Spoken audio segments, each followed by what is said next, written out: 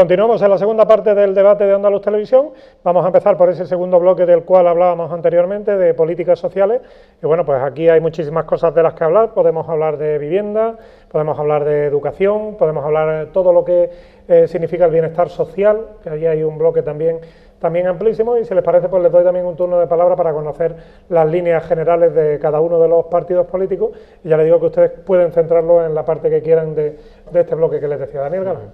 Bueno, la verdad que es que en el tema representante de UPyD. Sí, la verdad que en el tema de economía y empleo pues hay mucho que hablar, y en relación con Europa lo que tenemos que pensar es que Europa nos ha dado muchos fondos de formación para el empleo, nos ha dado muchos fondos para la educación, nos ha dado unas líneas por donde ir, ha ayudado, como decía el compañero, a que las ciudades se transformen, las carreteras se transformen, digamos, el entorno se transforme, pero claro, el problema es que todo eso se ha transformado, pero sin embargo hemos visto que, bueno, pues X años después de la entrada de la Unión Europea seguimos teniendo una tasa de paro abismal.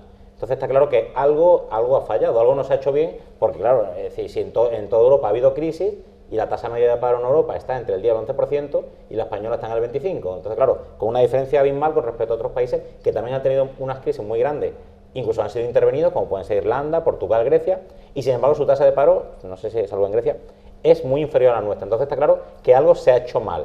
Bien porque lo que se ha hecho, el control que se ha hecho desde Europa no ha sido correcto, bien porque a su vez el uso de esos fondos no ha sido correcto. Entonces, en el caso del empleo, bueno, pues hemos visto que ahora se están estudiando el fraude en los fondos de empleo que venían de Europa.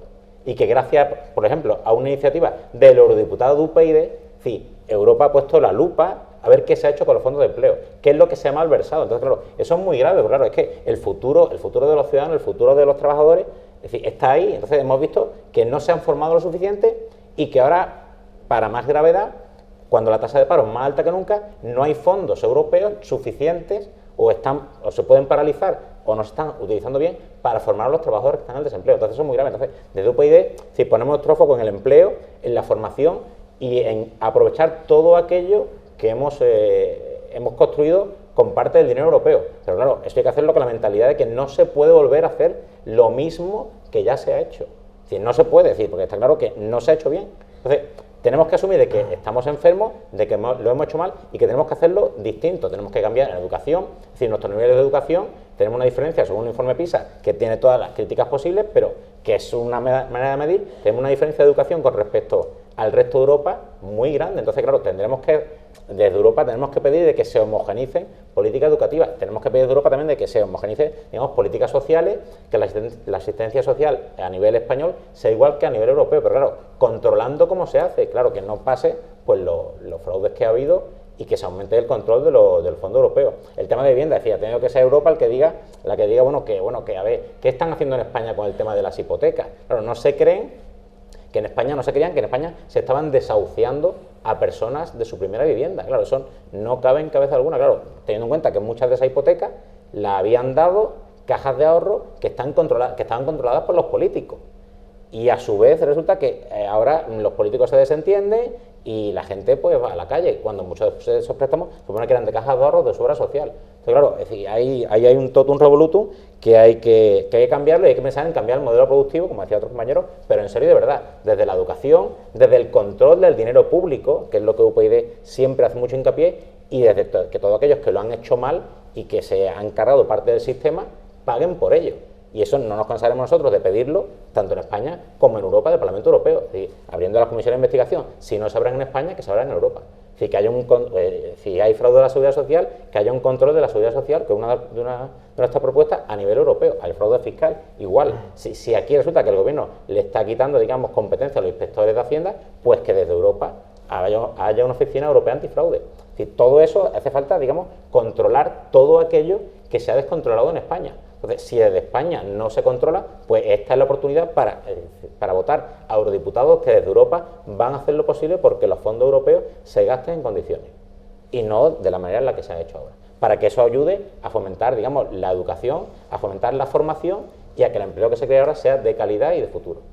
estamos hablando de políticas sociales, también entre las líneas que le señalaba, pues podemos hablar también de inmigración, que también sería un tema importante dentro de las políticas sociales. Le pregunto al representante de Izquierda Unida, Miguel Díaz. Efectivamente, podríamos empezar por ahí, porque es un indicador social que está ligado con lo económico, como vemos, y le vamos a llamar, en este caso también, emigración, tenemos que hablar, porque no solo de lo que llaman desde algún gobierno central movilidad exterior, ¿no? Movilidad exterior es cuando se habla de la emigración que están teniendo los nietos de los que se fueron en su momento a Suiza, a distintos países europeos en los años 60. Ahora hay más de 300.000 jóvenes, ¿no?, que han tenido, después de estar formados en universidades españolas, costeadas con fondos públicos, tener que irse fuera del país a buscar una oportunidad laboral ante ese índice. Volvemos a lo económico también, pero ligado con lo social, el mayor índice de paro juvenil que existe en Europa, más del 55% es en España.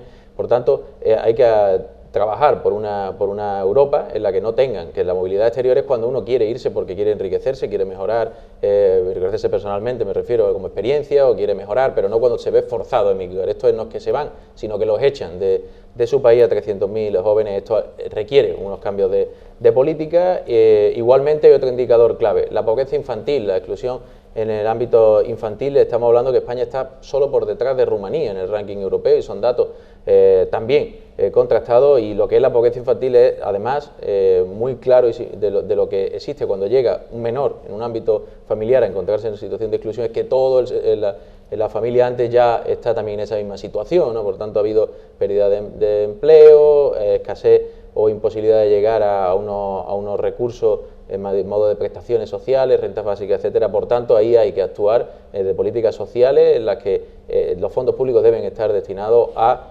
garantizar los derechos que tienen que tener las personas, y esos derechos están ahí en todas las cartas, ya no europeas, sino universales de derechos humanos, y hay que satisfacerlo. Y por tanto, hay que tener una intervención, entendemos desde Europa, desde la política de esa visión social en la economía.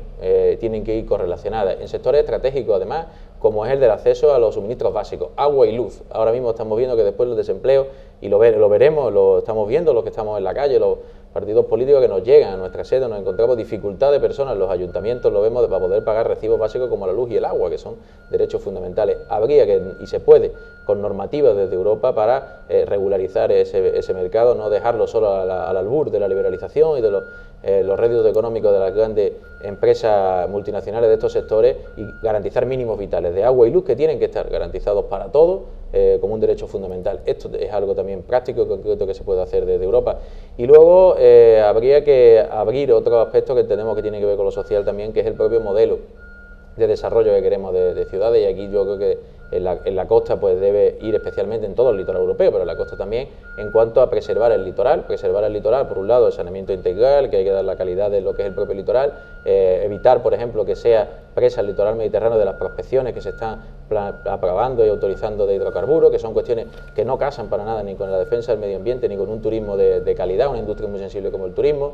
Habría que también aportar en movilidad sostenible, y sabemos muy bien que es verdad que en la capital hay grandes infraestructuras, se han tenido estos últimos años, pero en la parte más occidental, terminamos Fuengirola, por ejemplo, no hay capacidad de ir en tren, el transporte público, etcétera. Tener esos modelos de movilidad y conectividad también, yo creo que eso es hacer ciudad, hacer economía, y hacer, por tanto, cohesión territorial, que es política social, y luego en vivienda, igualmente, garantizar la vivienda como un derecho fundamental. No puede ser que en España, durante los años de la burbuja, se haya construido más vivienda que en Francia, Reino Unido y Alemania juntos, y sin embargo se estén desociando personas, y tengamos pues unos índices de demanda de vivienda insatisfecha tan grandes. Por tanto, habría que ir con medidas como la que en Andalucía se aprobó, y de la Izquierda Unida la apostó por ello y lo impulsó en la Consejería, como esa iniciativa para la vivienda por derecho, que incluso pues contemplaba medidas de intervención económica en la economía, como podía ser el poder expropiar temporalmente viviendas vacías a bancos para darle el uso que tienen que tener, que es el de derecho de la vivienda de las personas. Bueno, pues son las líneas principales del programa de Izquierda Unida. Hay un partido que siempre habla de políticas sociales, que es una de las líneas fundamentales, que es el Partido Socialista, y le preguntamos a la representante del Partido Socialista, pues bueno, ¿qué es lo que llevan ustedes en su programa europeo en todos estos temas que hemos hablado, de inmigración, vivienda, educación, medio ambiente? Francis Montiel. Efectivamente, el concepto de cobertura social es un concepto fundamentalmente europeo y fundamentalmente socialista. De hecho, para mí hay una frase de una mujer, una economista inglesa, vinculada al Partido Laborista, que en los años 20, junto con su marido, denuncia una frase que yo creo que resume lo que debe ser el papel social de un Estado. Y el Estado debe garantizar a sus ciudadanos una vida digna, desde el nacimiento hasta la muerte. Eso, dicho así, puede parecer que es algo carísimo. No, es la obligación del Estado, y yo creo que eso está en el fondo de todas las cartas magnas de todos los Estados europeos que se consideran Estados sociales de derecho. Es decir, eso en los años 20 podía parecer muy avanzado, pero de hecho nuestra Constitución reconoce, como decían los compañeros, el derecho a la vivienda, el derecho a la educación, el derecho a ser curado en caso de enfermedad, a ser atendido cuando necesites atención por tu edad. Todo eso está recogido en la Constitución. Son derechos fundamentales, derechos humanos de primera o de segunda generación. Por tanto, si hay algo que ha caracterizado, como decía el presentador, a las políticas del Partido Socialista Europeo, siempre han sido las políticas sociales. Ahora, por desgracia, más que nunca, porque la realidad de nuestro país es que se ha incrementado de una manera alarmante la brecha entre ricos y pobres, que los niveles de pobreza crecen también de manera alarmante, no solo a los teóricamente excluidos, sino incluso a gran parte de la población activa. Se ha precarizado tanto el trabajo que hay personas debajo del umbral de la pobreza que forman parte de la población ocupada, no son parados. La gente trabaja y no puede salir del umbral de la pobreza. Eso hace muchos años que no pasaba en este país. Contra eso hay que luchar. Hay que dar cobertura social que garantice esos derechos humanos de primera y segunda generación de los que han hablado los compañeros. Pero también hay que atender a derechos fundamentales que están íntimamente relacionados no solo con nuestra parte humana, sino hasta con nuestra parte económica. Una educación universal, gratuita y de calidad, y una salud universal, gratuita y de calidad, donde los ciudadanos tengamos derecho a ser atendidos y no ser asistidos por el Estado, como si el Estado fuera una mutua, que es donde nos encontramos ahora. Europa hace recomendaciones al respecto y la degradación de la cobertura social en los últimos muy pocos años en nuestro país es alarmante. Y si se me permite, y puesto que soy la única mujer del grupo, que no es paritario, quisiera poner la atención en las políticas de igualdad. Las políticas de igualdad no son solo de igualdad de género, la igualdad se extiende a todos los ámbitos de la vida. Y a mí, más que políticas de igualdad, me gustaría hablar de políticas de equidad, porque hay veces que los colectivos no parten en la misma situación. Por tanto, hay que atenderlos con equidad para que consigan llegar a coger el paso y andar de manera homogénea. Y cuando hablo de políticas de igualdad me refiero a políticas de género, a políticas de inmigración, a políticas de inclusión cultural o lingüística. Esas políticas que deben hacer efectivo algo que es de cajón, que los seres humanos somos iguales y que el Estado, si quiere considerarse representante de esos ciudadanos, debe luchar y debe apostar porque todos los ciudadanos seamos iguales. Y en política de mujer, dos guindas: la feminización de la pobreza, porque los recortes, la crisis ha afectado más a las mujeres que a los hombres, quizás porque los trabajos que desempeñaban las mujeres estaban en sectores que han sido recortados, quizás porque todavía en el fondo, allí muy en el fondo, pensamos que el trabajo de la mujer es prescindible.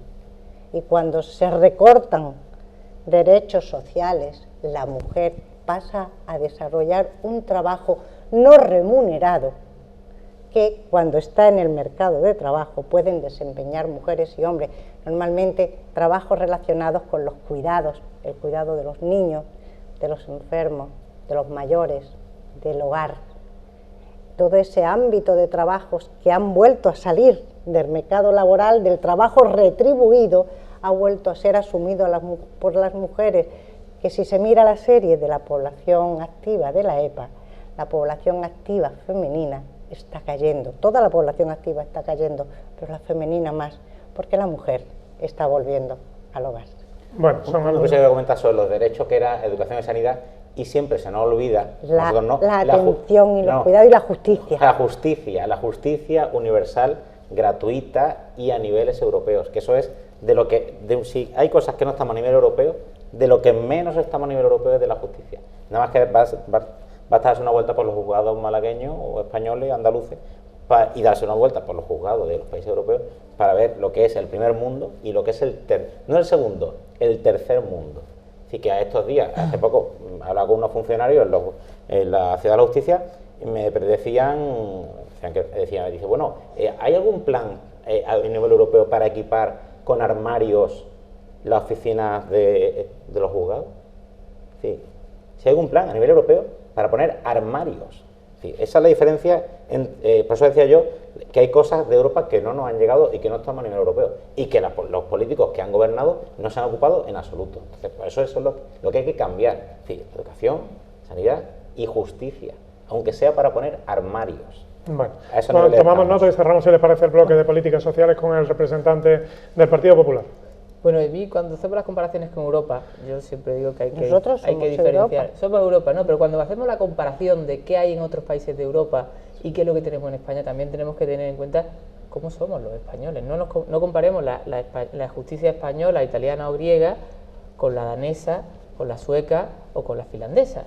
Porque el número de denuncias y el número de incidencias que hay en la justicia es infinitamente menor a la que hay en España. ¿Por qué? Pues por la picaresca española, etcétera. Bueno, eso es así. ¿Cómo? ¿Cómo decir que los españoles denunciamos por gusto? No. ¿O por costumbre? No, eso lo has dicho tú y yo no he dicho eso. Lo has sugerido. No, para nada. Lo que estoy diciendo es que el número de conflictos que hay en los países mediterráneos es superior al número de conflictos que hay en los países del norte de Europa. Por el carácter. Hablemos de España y no de Italia. Por el carácter. Yo no estoy diciendo que la gente denuncie por gusto, eso lo has dicho tú. Y yo eso, tú has dicho que la gente denuncia por gusto. Yo no he dicho eso, ni para nada lo pienso. Lo que estoy diciendo es que hay más conflictos en los países del sur que en los países del norte.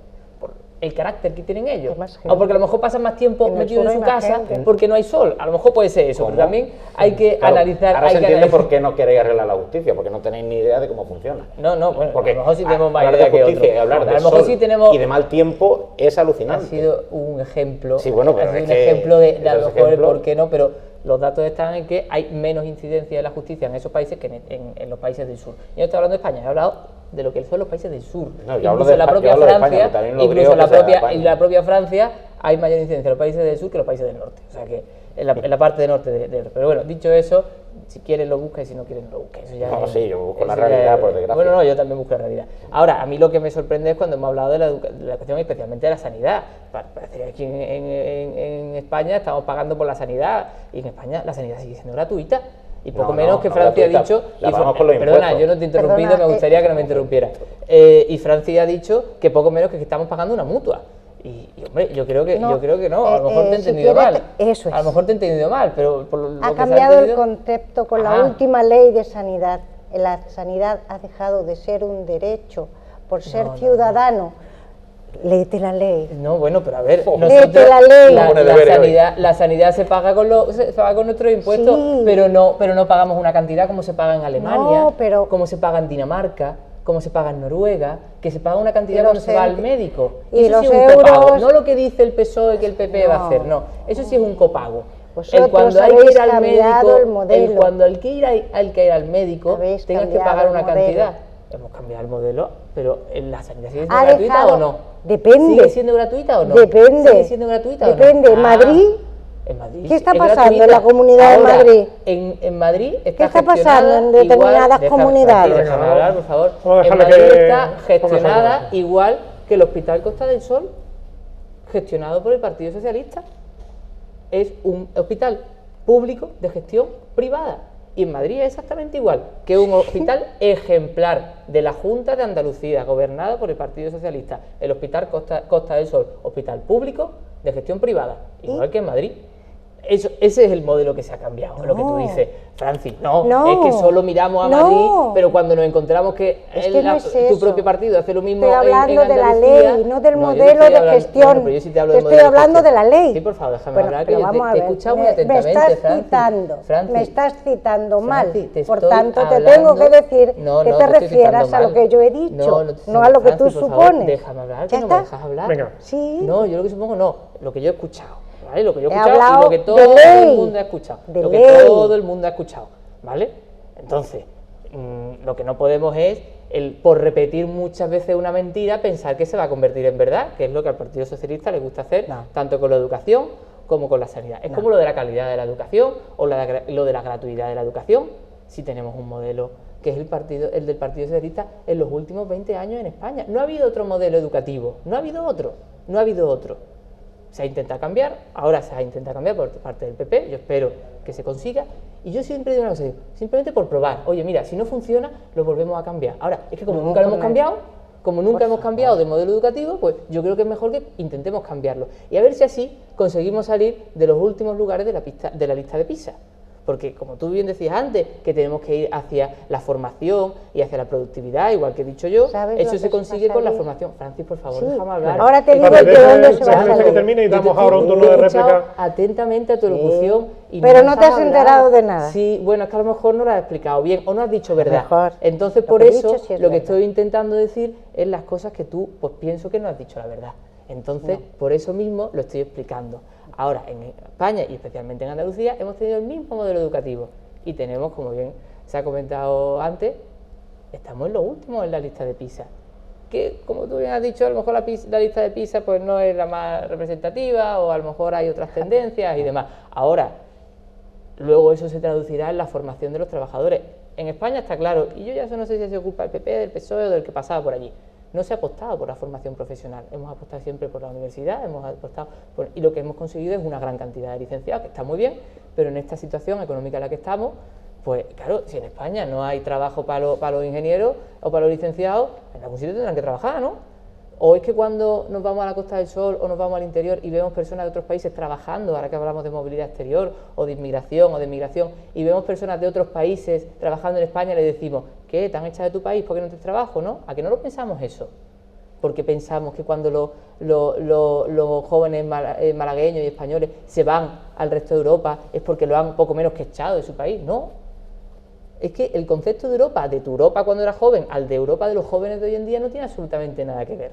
Estamos hablando de jóvenes que hablan idiomas y jóvenes que no tienen ningún problema en tener un trabajo aquí o en otro país de la Unión Europea. Y eso ha cambiado. Entonces, si seguimos con esa visión obtusa de que la Europa de hoy es la de hace 20 o 15 o 30 años, pues yo creo que por mal camino vamos. Yo creo que los trabajos que desgraciadamente pues había en los años 60 cuando la gente emigraba a Europa eran trabajos precarios, eran trabajos manuales, normalmente eran trabajos de la gente que no tenía trabajo en España y se iba al resto de Europa, solían ser trabajos muy manuales. Ahora, la gente que se está yendo de España, hay de todo, pero fundamentalmente estamos hablando de ingenieros y licenciados que desgraciadamente no tienen trabajo en España. ¿Por qué? Pues porque no hay industria, pues porque no hay inversión, que es lo que hablaba antes, en lo que he comentado. En el momento en que empieza a haber inversión, en el momento en que empieza a haber industria, pues evidentemente esos ingenieros y esos licenciados pues empezarán a tener trabajo.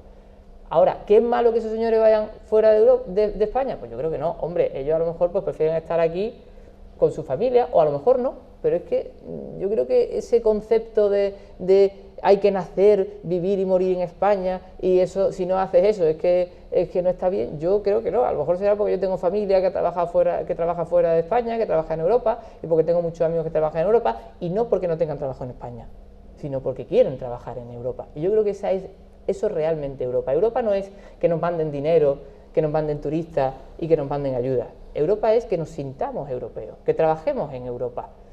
No que ahora de repente cojamos y digamos, Europa es que nos manden mucho, pero yo aquí tranquilito.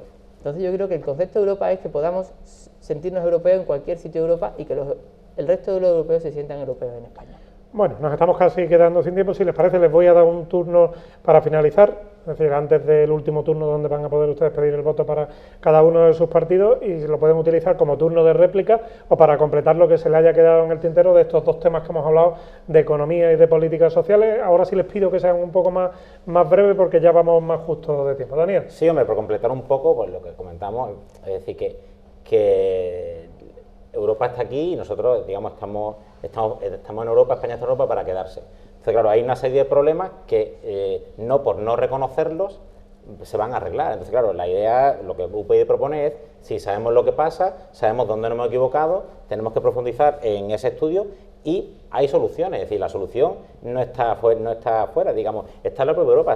Hay muchos países que funcionan como España, funcionan mejor que España, si tienen modelos productivos, modelos de educación, modelos de justicia. Si estamos en un Parlamento Europeo, pues ¿qué hacemos? Pues, es decir, estaremos allí, copiémoslo, imitémoslo, es decir, hagamos lo que hacen bien en otros países europeos y dejemos de hacer lo que hemos hecho mal nosotros. Es decir, irse a Europa a trabajar, claro, pues, es decir, eso es lo bueno de estar en Europa, es decir, no te hace falta visado, no te hace falta permiso, te puedes ir, que se vaya quien quiera, pero no por obligación como se está pasando, porque es una realidad. Sí, es beneficioso viajar por el mundo, viajar por Europa, trabajar, adquirir conocimiento, intercambiar cultura. O sea, es que, es decir, al final la cultura europea está ahí, es una de las cosas de lo que nos caracteriza y de lo que tenemos que sentirnos más orgullosos. Es decir, la cultura europea, digamos, nuestros orígenes, sí, con todas las sombras, claro, que también tenemos, que están ahí, pero bueno, la cosa es sacar siempre el lado positivo de las cosas. Entonces, Europa es la oportunidad. Si fue la oportunidad para España cuando entramos, y es la oportunidad para salir de la crisis. Siempre, es que está ahí, es decir, sabemos que hay gente que hace cosas, pues vayamos allí, vayamos a sus países, hablemos con ellos, hablemos con otros diputados y hagamos las cosas bien. Pero que no sea, digamos, la solución. Nos vamos todos, porque claro, si nos vamos todos, ¿quién se queda aquí? ¿Quién se queda para cuidar de la gente? Entonces, y lo de la justicia, es decir, ya te digo, eso, pues, visto que aquí en España no se ve el foco, pues desde Europa seguro que se verá el foco, pondremos el foco aquí en España para arreglar el problema de la justicia en España, que es uno de los principales. Venga, ¿alguna cosa más para que bueno, quiera apuntar de Izquierda Unida? Decir que apostamos porque Europa es importante y nos hace más fuerte estar en Europa en el sentido de una alianza social en Europa. Yo creo que debe de hacerse esa Europa de los ciudadanos, esa Europa de los pueblos frente a la Europa de los mercados de la que hemos hablado, y por eso creo que poner en el primer foco de trascendencia. Luego, en cuanto, no sé si réplica, pero valoración, sé que ha habido aquí alguna polémica entre los representantes, sobre todo del Partido Popular y del Partido Socialista. Decir también que es una oportunidad a Europa y a los ciudadanos también para romper con el bipartidismo, y aquí pues hay un poco de tensión, pero después vemos que en las votaciones en los últimos 5 años en el Parlamento Europeo, el 73% de las ocasiones, Partido Popular y Partido Socialista han votado juntos, ¿no? Y eso lo dice una ONG que se encarga de observar los comportamientos políticos en el Parlamento Europeo. O vemos cómo tanto el candidato del Partido Popular a ser el presidente de la Comisión Europea, ¿no?, el señor Juncker, tiene el visto bueno de Angela Merkel, y también lo tiene, bueno, es su socio de gobierno, de hecho, en Alemania, el señor Schulz. Por tanto, vemos que hay unas discusiones, pero realmente la realidad después del voto de la acción se parece en mucho, ¿no?, la acción de PP y PSOE en Europa, ¿no? Bueno, venga, penúltimo turno de palabra de la representante del Partido Socialista. Europa tiene que volver a liderar su visión hacia las personas. Yo creo que ahí estamos todos de acuerdo. Es importante que se sepa poner la economía al servicio de las personas y del Estado social. No están reñidos, sino que son complementarios. Europa tiene que ser fuerte y nosotros somos Europa. El norte tiene que aprender del sur y el sur tiene que aprender del norte, y tendremos que hacer una Europa fuerte, una Europa que sea democrática en sus instituciones y en su respeto a los distintos países. No puede haber países de primera y países de segunda. Una Europa que sea eficiente, siendo capaz de sacar y de poner en valor todo lo que sus ciudadanos pueden desarrollar, y una Europa que tiene que ser fundamentalmente social. Y eso se consigue trabajando todos, cada uno en su puesto, y consiguiendo que el trabajo vuelva a tener lo que siempre ha tenido, ese carácter dignificador e igualador de las personas. Por tanto, yo creo que es el momento, no de ir a Europa, sino simplemente sentirnos lo que somos, miembros de Europa. Bueno, a mí me gusta más sentirme ciudadana del mundo, pero bueno, eso ya lo dejaremos para el siglo que viene o algo de eso. Venga, Javier. Bueno, yo creo que Europa debe de estar para servir a los ciudadanos, y durante muchos años hemos visto que se ha tardado mucho en que Europa diera respuesta a muchas necesidades de los ciudadanos. Pongo un ejemplo a lo mejor un poco, o dos ejemplos a lo mejor un poco tontos. A mí me gusta poner ejemplos sencillos, ¿no? Hace muy poquito se ha aprobado la eliminación del roaming, de este sobrecoste que las compañías telefónicas aplicaban a aquellos que viajaban fuera de España, o aquellos que venían del resto de Europa a España y tenían que pagar un sobrecoste por llamar por teléfono y pagar a las compañías telefónicas ese sobrecoste. Eso se ha aprobado ahora, cuando la gente lleva viajando fuera de España y de Europa a España durante más de 10-15 años, desde el año 85 que entramos en la Unión Europea. Con lo cual yo creo que la Unión Europea no puede ir a remolque de esta serie de necesidades. Cuando pensamos en el ciudadano como miembro de Europa, y yo creo que aquí todos hemos hecho mención a ello, tenemos que pensar en un ciudadano que tenga los mismos derechos y las mismas obligaciones en toda la Unión Europea. Lo que no puede ser es que ocurran estas cosas, lo que no puede ser es que tenga diferencia de servicios, diferencia de derechos y obligaciones cuando voy a un país u otro de la Unión Europea, o diferencia de sanidades, o diferencia de educaciones. Y eso evidentemente, para eso es lo que debe estar Europa. Antes que hablábamos de los servicios sociales y de la educación, pues precisamente Europa lo que tiene que hacer es equiparar eso, equiparar evidentemente al alza en el sentido de la calidad de esos servicios. Y yo creo que Europa debe trabajar en esa dirección, y el Partido Popular evidentemente apuesta por trabajar en esa dirección, en que cada vez los europeos tengan mayor cantidad de servicios similares, que yo creo que es muy importante. Bueno, pues les doy un último turno. Díganle a los ciudadanos, ¿por qué tiene que votar un ciudadano a UPyD? Bueno, pues porque UPyD suele hacer y decir lo que no dicen los otros partidos. Es decir, nosotros vamos a hacer lo que dice nuestro programa y no nos vamos a apartar de ahí, porque eso es nuestro compromiso con los ciudadanos. Y más aún, y decimos, lo que decimos siempre los ciudadanos es que si nos votan y no hacemos lo que hemos dicho, que no nos vuelvan a votar. Sí, porque queremos ir a Europa para extender, digamos, en toda Europa la ciudadanía, el bienestar, la igualdad entre todos los ciudadanos europeos. Y si no lo hacemos, si no peleamos por ello, que no nos vuelvan a votar. Si lo engañamos, no nos vuelvan a votar a UPyD, porque la política es para conseguir el bienestar de los ciudadanos. Y si un político traiciona su voto de confianza, se merece que no lo vuelvan a votar. Que vayan a votar con ilusión y con alegría, porque piensan que esa opción es la mejor para el bienestar del país y de Europa. Y si al final los traicionamos, que ya saben que en las próximas elecciones voten a otro. Miguel Díaz, ¿por qué debemos votar a Izquierda Unida? Quizás tenemos un eslogan, yo creo que esté bastante afinado en esta ocasión, entendemos, resume bastante nuestra idea, que es el poder de la gente. Precisamente yo creo que apelar a eso, ¿no? El poder de que la ciudadanía, más allá de estas elecciones, se sienta con poder y capacidad de decisión, se sienta que tiene que decidir su futuro, que tiene que defender sus propios intereses, y si no lo hace ello, no lo va a hacer nadie, solo el pueblo salva al pueblo. Esa idea, y Izquierda Unida pues se presenta como un movimiento político social al servicio de esa mayoría social que está ahora mismo sufriendo una agresión total con toda la gestión que se está realizando de la crisis y las políticas que se están imponiendo de recorte, de austeridad, y por tanto tiene que rebelarse y decidir su propio futuro, y ahí nos van a encontrar a su lado intentando representar en lo político lo que es la mayoría del sentir, entendemos, social. Francis, ¿motivos para que un ciudadano coja la papeleta del Partido Socialista? El motivo siempre yo creo que debe ser el mismo, que sea la opción política que haya conseguido ilusionarle y generarle confianza. Esos son los retos que tenemos todos. Bueno, y por último, representante del Partido Popular, ¿por qué debemos votar al Partido Popular en estas elecciones europeas? Yo creo que el Partido Popular ha demostrado que en las situaciones complicadas pues sabe sacar a las situaciones de esas situaciones complicadas. Ya lo demostramos en el año 96, cuando gobernamos en una crisis y conseguimos sacar a España de esa crisis. Ahora pues hemos cogido también la situación en una situación muy complicada, y yo creo que poco a poco pues se va a ir viendo, ya se ha empezado a ver en los últimos meses, como pues la economía poco a poco, muy lentamente, no hay que tirar las campanas al vuelo, pero poco a poco va mejorando, y yo creo que es muy importante que el Partido Popular esté en Europa, igual que lo ha estado en los últimos años, para seguir trabajando en esa dirección, para solucionar los problemas que tenemos ahora mismo en España, y yo mismo lo digo, para que podamos revertir esos ajustes que ha habido que hacer y volvamos a tener ese gasto, digamos, en la línea que debe estar, para tener ese estado de bienestar que debemos de tener, que es por el que el Partido Popular siempre ha apostado, y yo creo que la única forma es apostar por el Partido Popular, que es una opción que siempre ha dado confianza. Bueno, pues hemos llegado al final. Espero que se hayan sentido ustedes cómodos en esta que es su casa, que es Andaluz Televisión. Muchísimas gracias a Daniel, a Miguel, a Francis y a Javier, y muchísimas gracias a nuestros televidentes. Ya saben que este debate lo pueden ver en nuestras emisoras de televisión, de Ronda, de Estepona, de Marbella y aquí en Málaga, y también a cualquier hora del día en nuestra página web en www.ondaluzmálaga.tv, y les emplazo de nuevo para el próximo miércoles, que estaremos aquí en el debate de Ondaluz. Muchísimas gracias por acompañarnos y muy buenas noches.